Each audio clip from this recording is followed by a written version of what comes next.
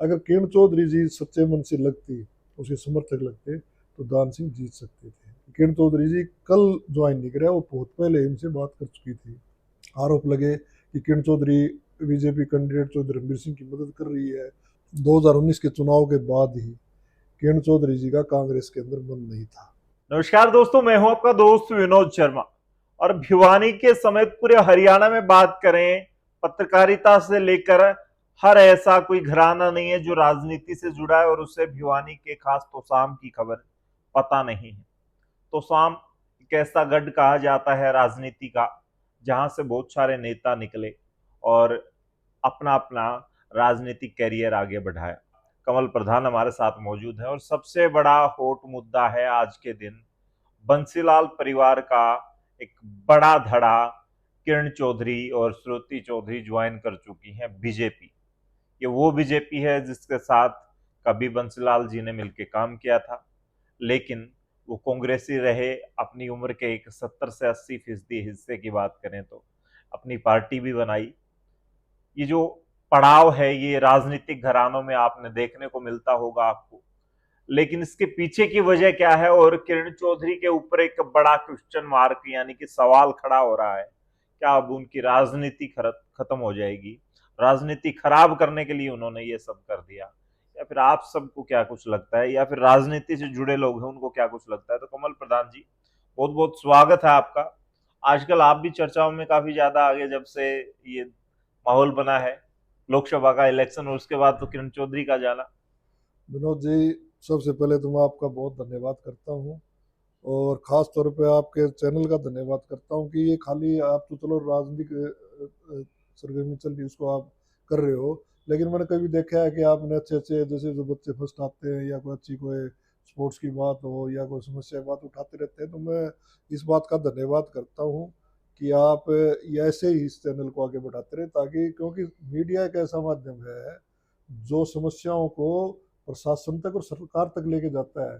और नहीं तो सरकार सुनती नहीं, कई बार लाइट चली जाती है, पूरे दिन आप लोग आवाज़ उठाते हो, जल्दी लाइट आ जाती है, पानी की व्यवस्था हो जाती है और सारी चीज़ें होती हैं। जी, तो मैं आपका चैनल का और आपका विशेष तौर पर प्रदीप का, विनोद भाई का, दोनों में धन्यवाद धन्यवाद करता हूँ। धन्यवाद प्रधान जी। क्या कहेंगे, ये माहौल अब काफी ज्यादा गर्मजोशी वाला हो गया। देखो, किरण चौधरी जी जिस प्रकार से बीजेपी ज्वाइन की है, अगर विनोद जी आप इतिहास उठा के देखें तो पिछले 2019 के चुनाव के बाद ही किरण चौधरी जी का कांग्रेस के अंदर मन नहीं था। और जिस प्रकार से वो सीपी लीडर थी उससे पहले टर्म के अंदर हम्म। उनको पूरी मान्यता दी गई थी, लेकिन इस 19 के बाद में हाईकमान के साथ उनके संबंध पता नहीं किस बात से खराब हुए, और हुड्डा जी जिस प्रकार से अपनी लॉबिंग के हिसाब से प्रदेश अध्यक्ष भी बना लिया, और जितने भी पद थे वो सारे वो लेते गए।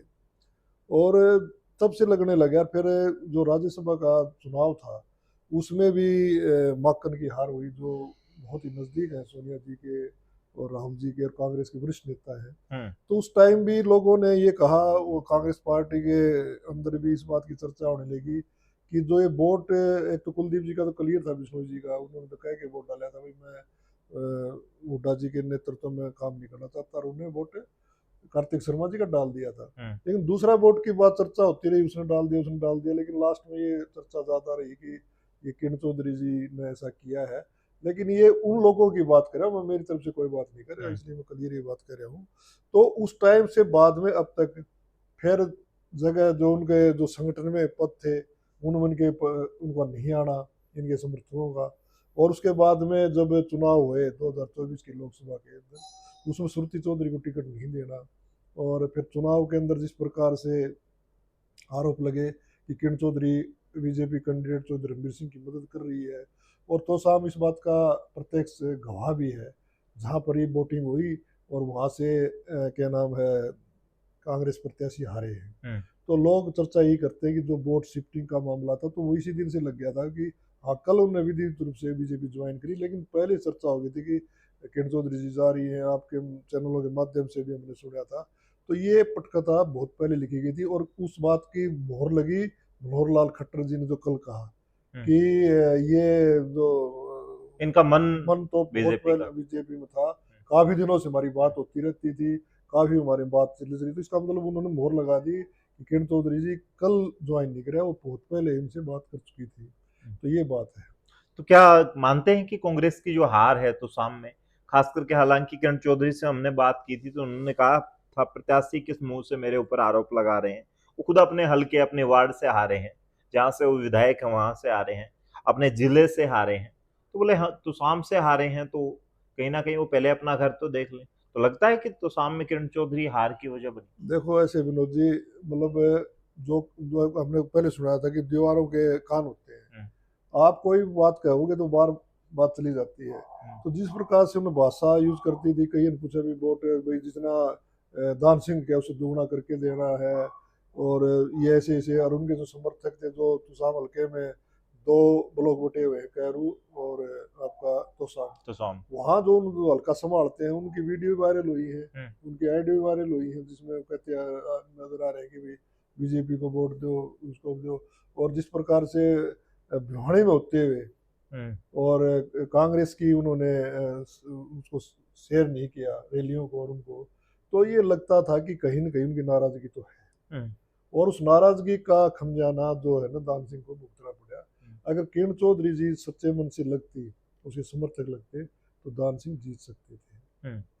ये बात है। तो इसलिए जो आरोप है ये इसलिए कि उसमें तार ये बात प्रूफ होगी तो बीजेपी ज्वाइन करने से कि लोकसभा के अंदर उन्हें तो धर्मवीर सिंह का समर्थन किया।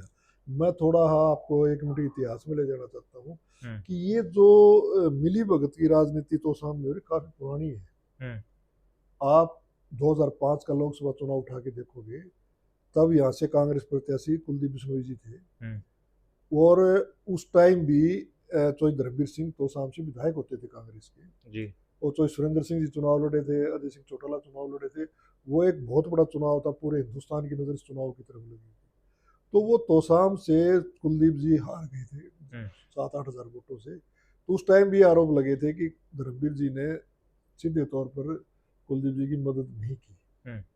और उसके बाद में 2009 का चुनाव आया जो मैंने लड़ा, उस चुनाव में ऐसे था कि जो धर्मवीर जा जो गुट है और चौधरी बंसीलाल जी का गुट है, चौधरी धर्मवीर चौधरी बंसीलाल जी का गुट है, वो उनको 36 का आंकड़ा था जी। लेकिन ये 2009 के चुनाव के बाद में उनका आपसरी में मेल होना शुरू हो गया। धर्मवीर जी लड़ रहे थे सोना से चुनाव, लेकिन उनका जो समर्थक थे उन्होंने किरण चौधरी जी की मदद की थी। और उसके बाद में 2014 चुनाव आया तो चौधरी धर्मवीर सिंह ने एक कैंडिडेट को टिकट दिलाई जिसका नाम गुणपाल था, जो डम्बी कैंडिडेट साबित हुआ बाद में रिजल्ट में। तो वहाँ उनके भाई ने चुनाव लड़ा। आप एक बताओ, एक सांसद टिकट दिला के लाता है गुणपाल जी को, उसका भाई चुनाव लड़ रहा है निर्दलीय। उस टाइम कमला देवी जी के लगभग 40,000 वोट आए थे, इतने ही राजवीर लाला जी के वोट आए थे। उस टाइम किरण चौधरी 67,000 वोट आए थे। अगर एक कैंडिडेट होता तो उस टाइम भी किरण चौधरी जी हारने की पोजीशन में थी। फिर 2019 का चुनाव आया, वो आपको पता है। उस चुनाव में बीजेपी के उम्मीदवार शशि परमार जी थे, वो आरोप लगे कि धर्मवीर जी ने उनके वोट नहीं डलवाए। अब 2024 में उन्होंने किरण पे आरोप लगे, तो ये मिली भगत की राजनीति तो सामने काफी दिनों से एक तरफ कहा जाता प्रधान जी ध्रुव विरोधी हैं एक दूसरे के, और बंसीलाल के तो एकदम विरोधी माना जाता है, चुनाव लड़े हैं सामने और बड़े बड़े किस्से हैं इनके। तो आपस में राजनीति में एक चीज तो समझ आती है कि कोई किसी का दुश्मन नहीं है और कोई किसी का दोस्त नहीं है। ये फिलहाल वर्तमान में देखने को मिल रहा है। किरण चौधरी जो बीजेपी पर बहुत सारे ऐसे ऐसे वक्तव्य कहती थी, बहुत सारे डायलॉग बोलती थी, आज बीजेपी उनके लिए देखो परम प्रिय होगी। उसमें फर्क है जी। अगर सामान्य चुनाव होता जिसमें कोई कंट्रोवर्सी ना हो तो आदमी ऐसा काम कर ले तो वो बात मान नहीं देती। चौधरी बंसीलाल जी तो धर्मवीर जी के जितने भी चुनाव हुए ना, वो बड़े विवाद के चुनाव हुए। उसमें आपने देखा होगा कि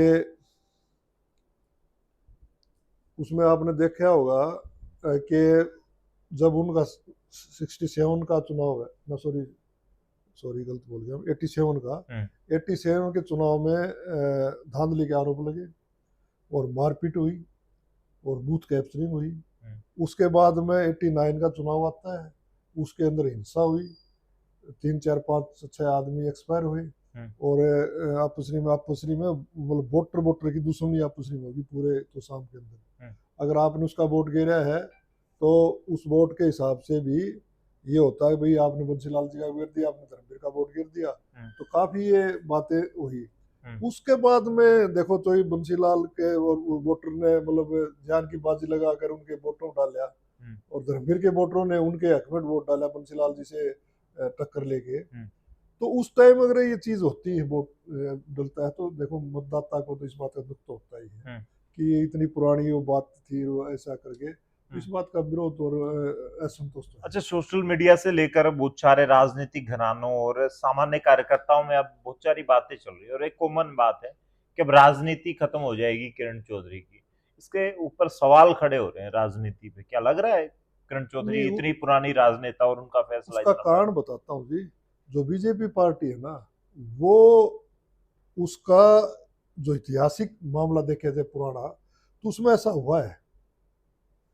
ऐसा हुआ है, जिनको चोई कुलदीप बिश्नोई जी को बीजेपी में लेके आए और उसके बाद उनको आश्वासन दिया। चोई भजनलाल का एक बहुत बड़ा वोट बैंक है पूरे हरियाणा के अंदर।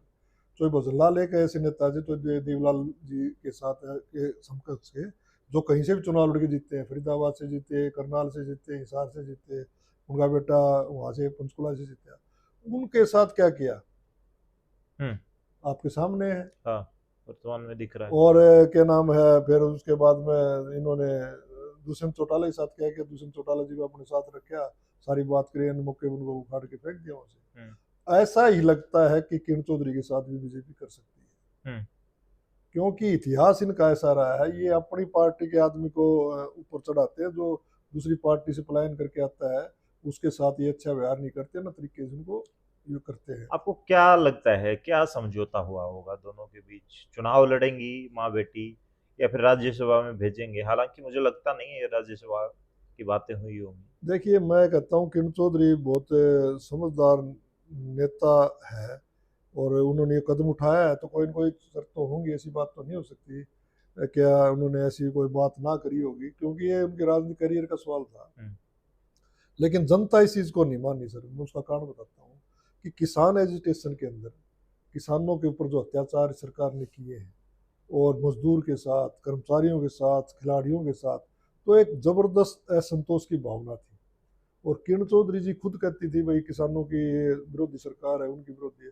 तो जो किसान ज्यादातर तोशाम हल्के में ज्यादातर किसान है, उन किसान के अंदर इस बात की बहुत बड़ा असंतोष है कि किरण चौधरी ने कदम क्यों उठाया। और वो दूसरी बात ये भी कह रहे हैं कि तो बंसीलाल ने जब कह दिया भाई बीजेपी वाले भरोसा मत करना, क्योंकि उस टाइम गठबंधन की सरकार बनी तो ये चीज उनके साथ होगी थी, उसके बाद में उन्होंने ऐसा कदम उठाया है। तो जो बंसीलाल का समर्थक है वो इस बात में थोड़ा सा असंतोष करता है। वो असंतोष को किरण चौधरी जी कितनी कम कर पाएगी ये गर्व की बात है। लेकिन तुसाम को समझ पाना कहीं ना कहीं कठिन है। 2019 में भी उन्होंने कांग्रेस के कैंडिडेट को हराया और बीजेपी को जिताया। 2024 में भी ऐसा ही रहा। यानी कि चाहे किसान आंदोलन हो या फिर कोई भी ऐसा बड़ा आंदोलन हुआ हो हरियाणा में, लेकिन तुसाम से दोनों बार धर्मवीर सिंह थे इस वजह से जीत हुई, या फिर कोई भी होता तो वहां से माहौल आपको लगता था? अब तो तुसाम में किरण और फिर धर्मवीर साथ आ गए। मैं वही बात कर रहा हूँ, लंबे तौर पर आप विनोद जी बात को समझने की कोशिश करो, लंबे तौर पर ये लोग सत्ता में रहे हैं। तो धर्मवीर 2000 से लेकर अब तक लगातार सत्ता में सरकार में है, आप बात समझो।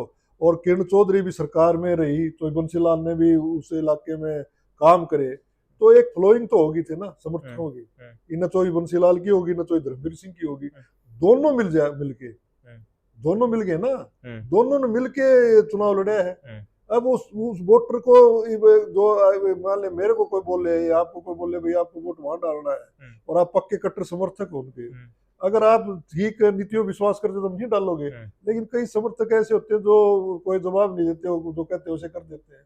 तो ये रिजल्ट था जी। इस रिजल्ट की वजह से ही बीजेपी वहां से जीती है। नहीं तो बीजेपी लोहारों में हारी जी, बीजेपी बारडा में हारी जी, बीजेपी दादरी में हारी है, तोशाम में 100% हारती। अगर ये फिक्सिंग नहीं होता तो तोशाम के अंदर 100% हारती। और लोग तंग हो गए फिक्सिंग से, कितने दिन चलेगी ये। तो अब तो दोनों साथ आ गए, अब तो किरण चौधरी का जीतना अब कहते हैं एक दूसरे की खुल के मदद करेंगे। दूर से दोस्ती अच्छी लगती है, और राजनीतिक दोस्ती अब इनकी अब देख तो कितनी चलती है। अब सुनने में ये आ रहा है कि जो चर्चा हो रही है कि तो धर्मवीर के परिवार से भी कोई ट्राई कर रहा है कि मैं चुनाव लड़ूं यहाँ से। अब देखो किरण चौधरी या श्रुति चौधरी तो एक चुनाव लड़ेगी, कौन सी लड़ो, क्योंकि उनका गृह क्षेत्र है। तो जब ये ऐसा व्यक्ति आएंगे तो इनकी आपस में जो प्यार है हो सकता है तकरार में बदल जाए, ये तो वक्त बताएगा, लेकिन ऐसा हो सकता है। लेकिन मैं एक बात आपको इसलिए क्लियर कर बताना चाहता हूँ कि तोशामल का मैं 67 में मेरे पिताजी ने चौधरी बंसीलाल के साथ चुनाव लड़ा आमने सामने, और उसके बाद 68 में लड़े आमने सामने, 77 में आमने सामने, तीनों बार मेरे पिताजी ने निर्दलीय चुनाव लड़ा। और उस चुनाव का मतलब जो हार थी वो कुछ ही सैकड़ों वोटों में हमारी रहेगी। जैसे 1977 में तो 1900 वोटों से थी, उससे पहले हजार के नीचे नीचे 1100 के लगभग हार रही है। तो ये पहले उनके आपसी में दो चलते थे चुनाव का, अच्छा चुनाव होता था, समर्थक अपने अपने वोट डालते थे, लेकिन फिक्सिंग का मामला उस टाइम नहीं था। और चौधरी बंसीलाल ने भी कभी फिक्सिंग की बात नहीं करी, तो सामने कभी नहीं करी उन्हें, और चौधरी सुरेंद्र सिंह भी इस चीज के हक में कभी नहीं रहे। लेकिन ये किरण चौधरी जी जो राजनीति में आई उसके बाद में तो ये किससे हाथ मिला ले, किसको क्या कह दे। मैं भी पूरी तरह किरण चौधरी के दो चुनाव में 2014 का और 2019 का पूरी तरह उनकी मदद करी, श्रुति चौधरी जी की भी, किरण चौधरी जी की भी। लेकिन मैंने जब देखा कि मेरे को अचंभा होता था कि वो जो फैसले लेती जिस प्रकार के, भाई उन धर्मवीर से बात करने में कोई गुरेज नहीं थी, धर्मवीर के समर्थकों में बात करने में गुरेज नहीं थी, और इस प्रकार से मिला है, तो मेरा मन उस टाइम फेटअप हो गया कि भैया तो मिलकर राजनीति करते हैं। और ये चर्चा होने लगी कि तीसरे आदमी को नहीं बोलने देंगे।